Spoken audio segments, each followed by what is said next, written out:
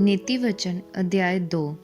हे मेरे पुत्र, यदि तू मेरे वचन ग्रहण करे और मेरी आज्ञाओं को अपने हृदय में रख छोड़े और बुद्धि की बात ध्यान से सुने और समझ की बात मन लगाकर सोचे, यदि तू प्रवीणता और समझ के लिए अत्यतन से पुकारे और उसको चांदी के समान ढूंढे और गुप्त धन के समान उसकी खोज में लगा रहे, तो तू यहोवा के भय को समझेगा और परमेश्वर का ज्ञान तुझे प्राप्त होगा, क्योंकि बुद्धि यहोवा ही देता है। ज्ञान और समझ की बातें उसी के मुंह से निकलती है। वह सीधे लोगों के लिए खरी बुद्धि रख छोड़ता है। जो खराई से चलते हैं उनके लिए वह ढाल ठहरता है। वह न्याय के पथों की देखभाल करता और अपने भक्तों के मार्ग की रक्षा करता है।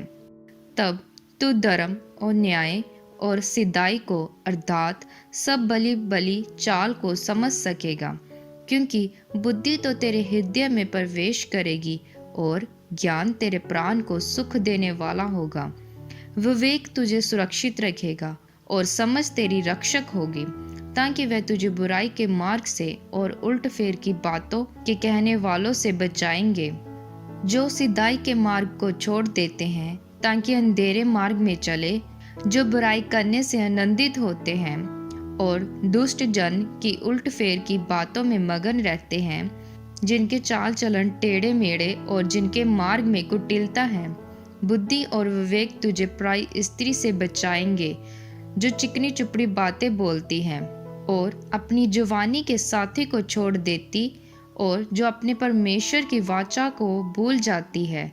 उसका घर मृत्यु की ढलान पर है और उसकी डगरें मरे हुओं के बीच पहुंचाती है। जो उसके पास जाते हैं उनमें से कोई भी लौट कर नहीं आता और ना वह जीवन का मार्ग पाते हैं। इसलिए तू भले मनुष्य के मार्ग में चल और धर्मियों के पद को पकड़े रहे, क्योंकि धर्मी लोग देश में बसे रहेंगे और खरे लोग ही उसमें बने रहेंगे। दुष्ट लोग देश में से नाश होंगे और विश्वासघाती उसमें से उखाड़े जाएंगे।